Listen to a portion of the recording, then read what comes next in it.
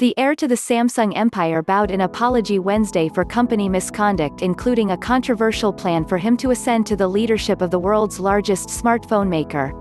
Lee Jae-yong is vice chairman of Samsung Electronics and was jailed for 5 years in 2017 for bribery, embezzlement and other offenses in connection with the scandal that brought down South Korean President Park Geun-hye. The 51-year-old was released a year later on appeal but is currently undergoing a retrial. "We are recognized for our top-class technology and products, but the public eye towards Samsung is still critical," Lee said. "This is all because of our shortcomings. This has been my fault and I offer my sincere apology," he added. He promised there would be no more controversy over his promotion, pledging, "I will never take any actions that go against the law." Lee bowed 3 times before flashing cameras at a Samsung Electronics office in Seoul, where reporters sat apart under coronavirus distancing rules.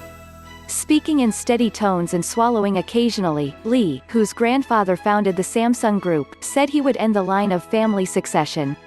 "I do not plan to pass down my role to my children," he said. "This is something I have thought about for a long time but have been hesitant to express it openly." Wednesday's apology came at the request of Samsung's Compliance Committee, which oversees the firm's transparency in its corporate dealings. Lee has effectively been at the helm of the sprawling Samsung Group since his father and group chairman Lee Kun-hee was left bedridden by a heart attack in 2014.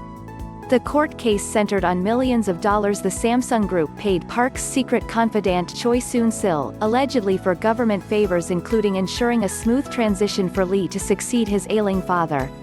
The scandal highlighted shady connections between big business and politics in South Korea, with the ousted president and her friend accused of taking bribes from corporate bigwigs in exchange for preferential treatment. Samsung Electronics is the flagship subsidiary of the group, which is by far the biggest of the family-controlled conglomerates, or chaebols, that dominate business in the world's 12th largest economy.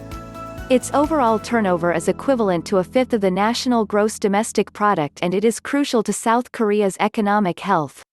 Chairman Lee Kun-hee is listed as South Korea's richest man, and the world's 65th by Bloomberg billionaires, with a fortune estimated at $15.7 billion.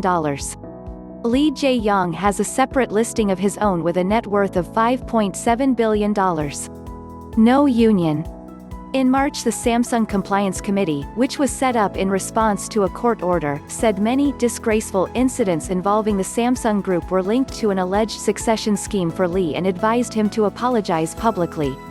It also recommended that Lee address Samsung's previous no labor union policy.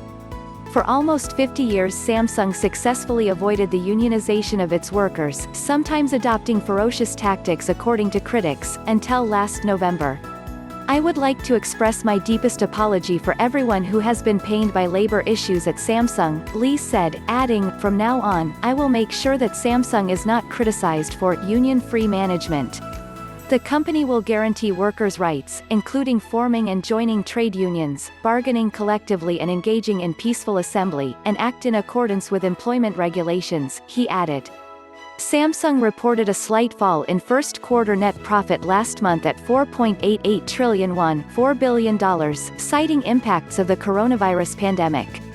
But the firm, which saw operations suspended at 11 overseas assembly lines, warned of further falls to come as consumer demand is significantly hit by the disease.